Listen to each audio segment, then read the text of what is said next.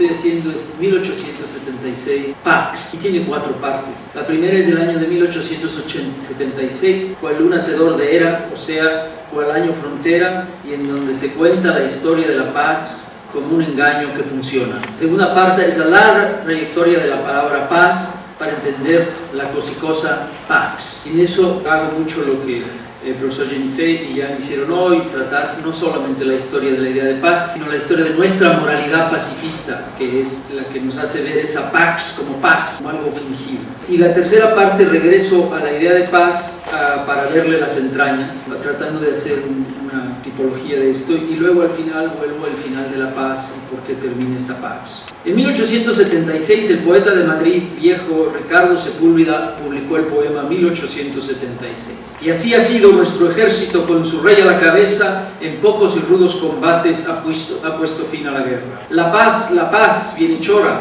borra el rencor y las penas, y el eco de las campanas se percibe por doquiera, mas ya no tocan a muerto, porque tocan a fiesta. Un canto al logro de la paz de 1876, que, contra todo pronóstico, duró. Se llamó La Restauración. Poema y era la Restauración devienen en mero espejismos y considerados en el contexto de la aciaga historia española, en la cual la paz siempre es una excepción, una víctima perenne de un atávico pasado de violencia que siempre parece reinar. Un poema, pues, a una paz falsa, fingida, temporal, así como la muy similar paz portuguesa posterior a 1872 con lo mismo. La estabilidad política amañada, un rotativismo entre el partido regenerador y el partido histórico tomando turnos en el poder, en tanto para 1890 la violencia en la península se mudaba a las colonias africanas. Paz, engaño, pues, o no, porque en 1876 algo estaba pasando, algo que definió el significado de paz y guerra por varias décadas.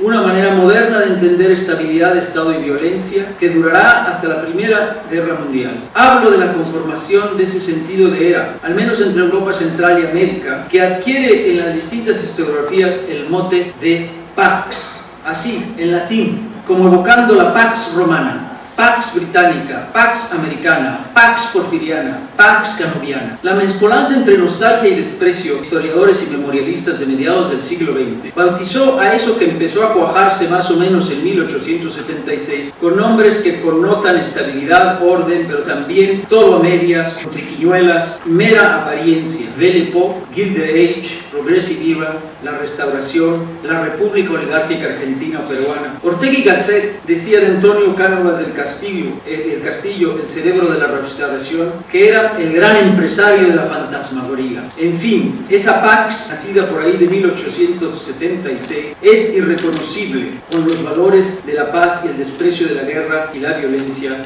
que en el pensamiento humanista de post-1945. Para los historiadores de España, 1876 es el año de la derrota final de los carlistas, de la transformación del pronunciamiento del general Martínez Campos a fines de 1874 en contra de la Primera República en un régimen constitucional que incluyó la coronación de Alfonso XII y el exilio definitivo de Isabel II, como quien encierra en la covacha el pasado indeseado. En 1874, atrás estaba la Revolución Gloriosa del 68, muerto Narváez y O'Donnell, asesinado Prim, quedaba Serrano, y un Maquiavelo ibérico, por más señas historiador, Cánovas, que comandaba un orden que, a trancas y barrancas, durará hasta la dictadura de Primo de Rivera, con el lento desarmado de aparente sistema entre la Segunda República y el inicio de la Guerra Civil en 1936. Claro, en 1876 nadie podía imaginar que ese joven y popular rey, la nueva constitución medio liberal, medio tramposa, comenzaba una era de estabilidad y paz desconocida en la España del siglo XIX. Galdós tituló a la última entrega de sus episodios nacionales Cánovas, el símbolo del fin del terrible siglo XIX. Era la paz, Belle Époque madrileña, al fin la paz, y todavía tan tarde como en 1952, el gran historiador catalán Jaume Vicens Vives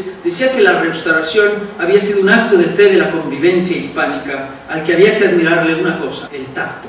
Entre 1874 y 1876, ni en España ni en México se sabía que entonces comenzaba la Pax y el progreso. Después del fracaso de una monarquía liberal comandada por un monarca extranjero, Amadeo de Saboya, y después del estrepitoso encontronazo de fuerzas que fue la efímera Primera República, se restauró la monarquía con un rey joven, con liberales conservadores que turnaban en el poder. Tomar turnos en el poder pacíficamente como en Portugal, como en Argentina. En México el triunfo liberal sobre el imperio de monarca extranjero Maximiliano dio lugar a la llamada República Restaurada, cuya idealización en la historia mexicana oculta la ironía de un régimen incapaz de controlar ora las ambiciones regionales de la coalición que derrotó al imperio y a los conservadores, ora los excesos jacobinos que lo mismo producían apoyo en una región que revueltas en otras. Las dos restauraciones, la española y la mexicana, fueron victorias de sucios liberales a través de sistemas más o menos consensuales de repartición oligárquica y corrupta del poder de elecciones, oportunidades económicas y de disfrute económico de la Pax. No pertenezco, decía Cánovas, a una escuela optimista en sí como la democrática. Tengo más en cuenta los dictados positivos de la historia y los dictados positivos y prosaicos de la experiencia. En papel, esta Pax pseudodemocrática poseía los mismos rubros que Francia, Estados Unidos e Inglaterra. Sistemas representativos perfectamente institucionalizados con elecciones y un sistema judicial en funcionamiento, modernización administrativa, ferrocarriles, política económica centralizada, inclusive los primeros pasos de la institucionalización de la educación pública como forma de religión cívica. En la España de 1874 se quiso dotar a Serrano con los poderes del presidente de la Tercera República Francesa y en 1876 Cánovas no ocultaba su inspiración en la Inglaterra de Disraeli y Gladstone, los comandantes de la Pax británica en la década de 1870 y 1880. Por supuesto, en términos de kilómetros de ferrocarril, México palidecía frente a España y ambos países eran nada comparado con Inglaterra y Estados Unidos o Argentina. En términos políticos, sus trampas y corrupciones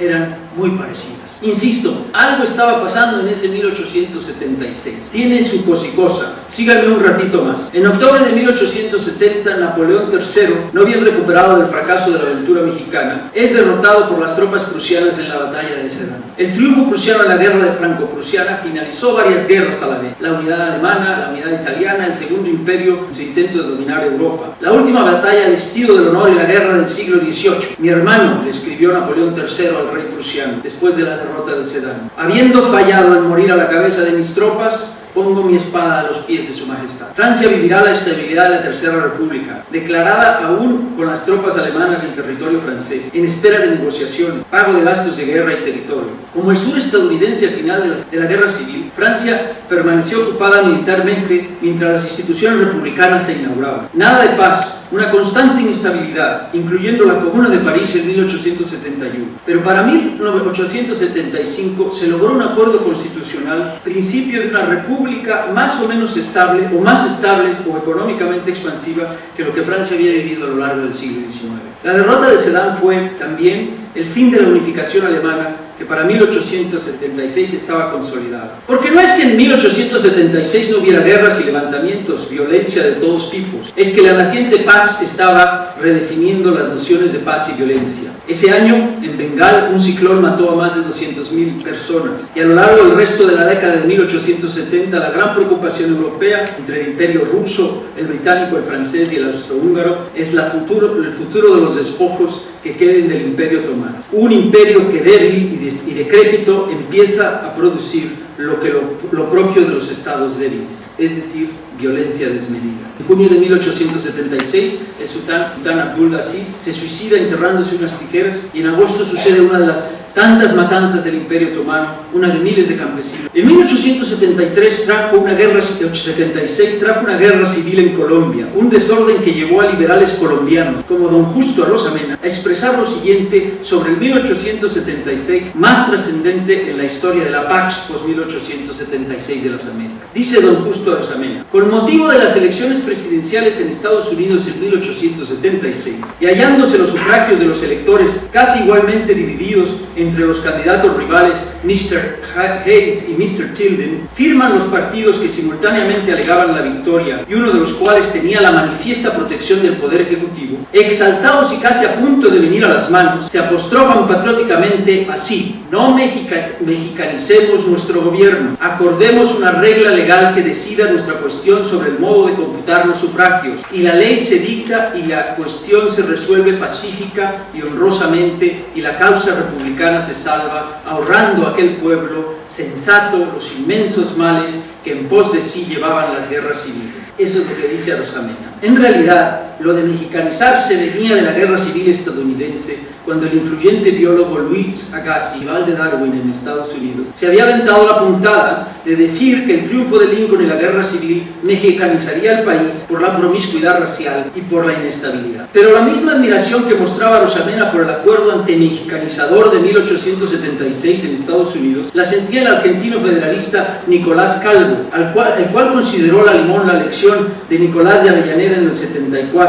y la posterior rebelión de Rotada en 1876 y la elección americana de 1876 como un ejemplo de negociación válida para salvar la paz. Si para los americanos el acuerdo de 1876 en Estados Unidos fue ejemplo de estatidad que salvó la paz, que llevaba solo unos pocos años de existir en Estados Unidos, para muchos otros en las Américas ese 1876 fue un ejemplo de cobardía. José María Iglesias hizo un análisis detalladísimo de ese 1876 estadounidense y se ensaña al señalar el pragmatismo, las trampas y las cochinadas que hicieron en Estados Unidos. Y dice claramente que la Pax no se debe salvar. Los beneficios impreciables de la paz hay casos en que se sacrifican, prefiriéndose la guerra extranjera en defensa de la independencia, la guerra civil en defensa de las instituciones. Iglesias no se equivoca, no se siguió ninguna ley en Estados Unidos, se dobló y rompió pragmáticamente un orden constitucional, porque en 1876 Estados Unidos optó por la Pax, la trampa a las instituciones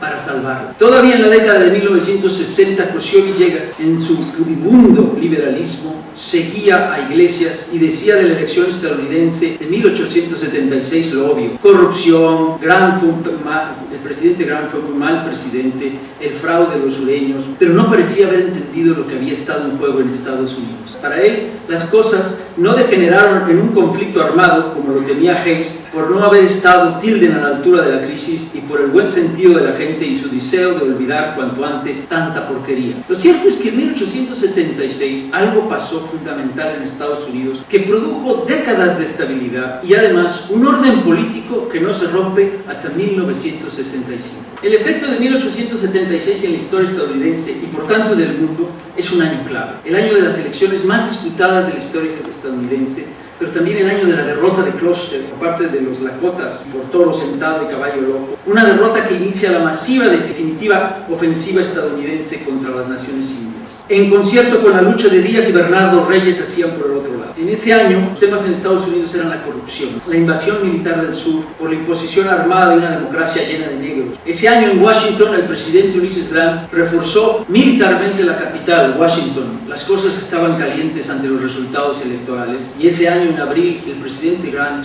inauguró un monumento a Lincoln pagado por las contribuciones de ex-esclavos como para mostrar que la lucha por la igualdad seguía viva. Pero no seguía. El convenio de 1877 finaliza con el radical republicanismo, con toda la agenda de libertad que había tenido la guerra civil española. Se salvó la Pax, se arriesgó la igualdad. La Pax del ferrocarril y del telégrafo incluía, pues, todo eso que no era en realidad pacífico. La producción de cable, de durmientes, de hierro, de motores implicaba la violencia y creación de fábricas y monopolios que, como en Estados Unidos, serán el problema a afrontar en la década de 1900. Nada más violento que la producción de ese símbolo de la estabilidad, el tren. Construir y ensanchar la red ferroviaria en todas partes significó medir y apropiar territorios. La derrota de la frontera indígena en Argentina y Brasil. El tren es hijo del Estado, por más que la mitología económica de mercado diga lo contrario. Fueron los Estados los que subsidiaron las tierras, los dineros, los inmigrantes, la protección fiscal. En fin, algo pues estaba pasando por ahí de 1876 y era el establecimiento de esa Pax que tanto asco nos produce a los historiadores, pero que para entenderla en su dimensión y éxito hay que salir de 1876 y entrar a la larga duración de la idea de paz. La paz, por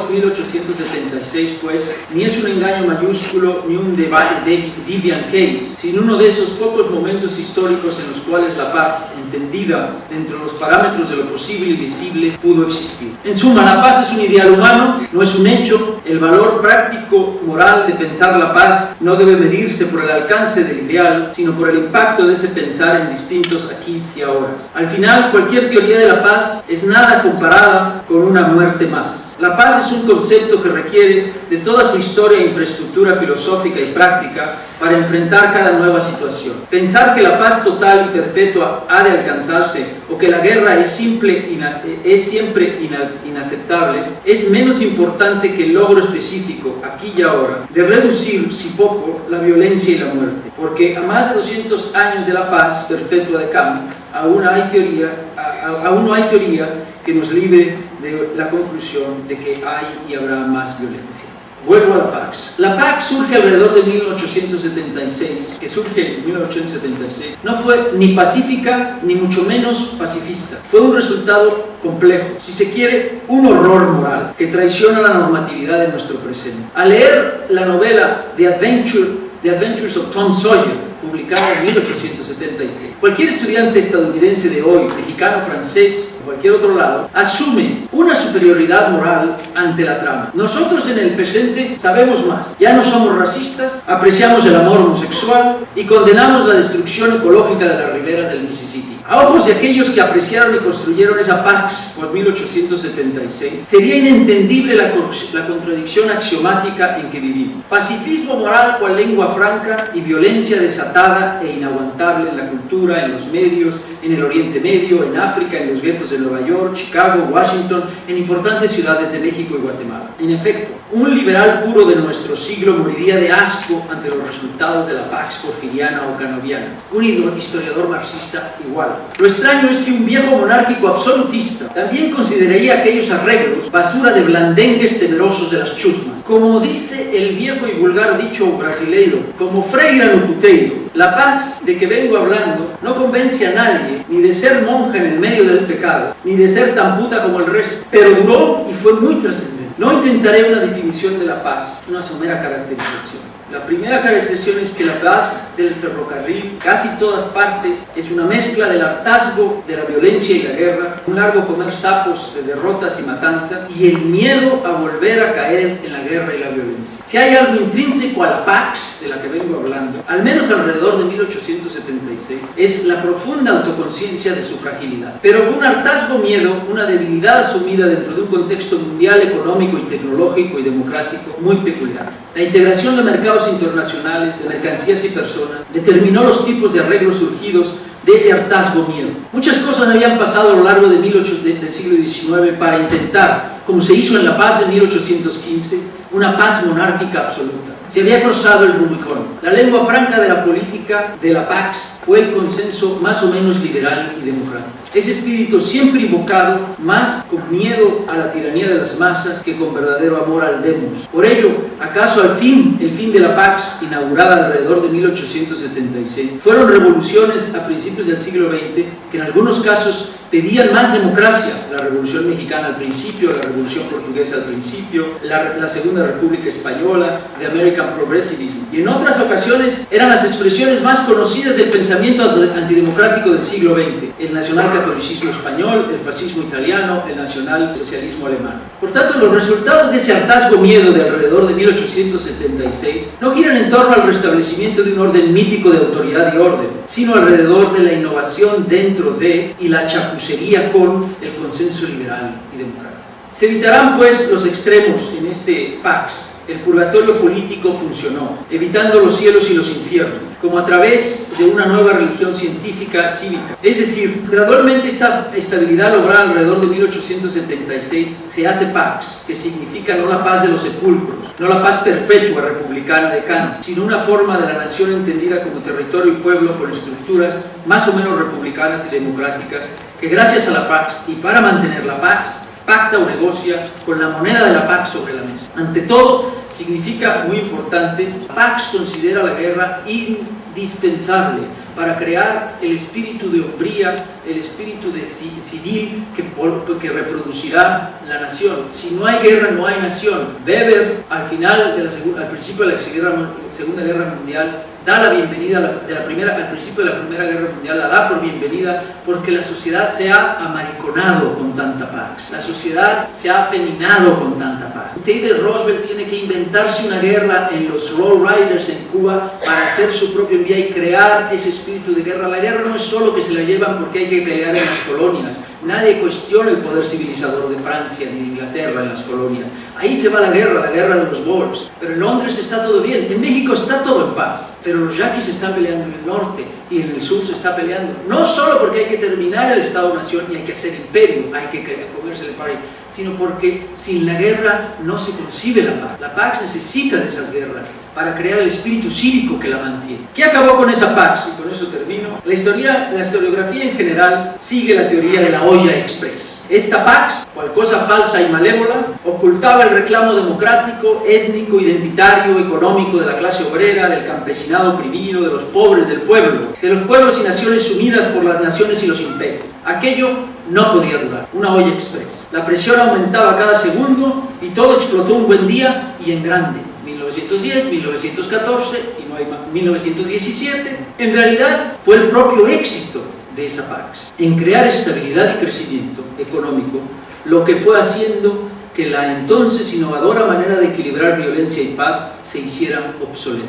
El sistema estaba hecho para manejar naciones e imperios como ranchos oligárquicos, mas los ranchos oligárquicos acabaron, pianito, creando sociedades de masas, con más grandes e influyentes sectores medios, clase obrera, medios de comunicación, mayor demanda democrática y no, de participación política y mayor dificultad de controlar la violencia selectivamente. Hasta el nacionalismo, el pegamento ideológico que mantenía pegados varios intereses, se volvió contra la nación, contra la Pax, en el Imperio Austrohúngaro, en varias partes, en España, en Inglaterra. La violencia que desató el fin de esta Pax sorprendió a todos. No se había conocido paralelo. La Pax, por 1876, acabó siendo una larga y culposa causa de todo, de la Revolución Mexicana, de la Primera Guerra Mundial, de la Revolución Rusa, de la Gran Depresión, de la Segunda Guerra Mundial. En 1914, Alfonso Reyes escribía a Enrique Sureño: estamos en vísperas de la toma de Bizancio. El hábito porfiriano de la paz me había hecho concebir el mundo como una fábula india, mantenida por torres y elefantes. Fin de la cita. La paz, pues, se volvió nostalgia.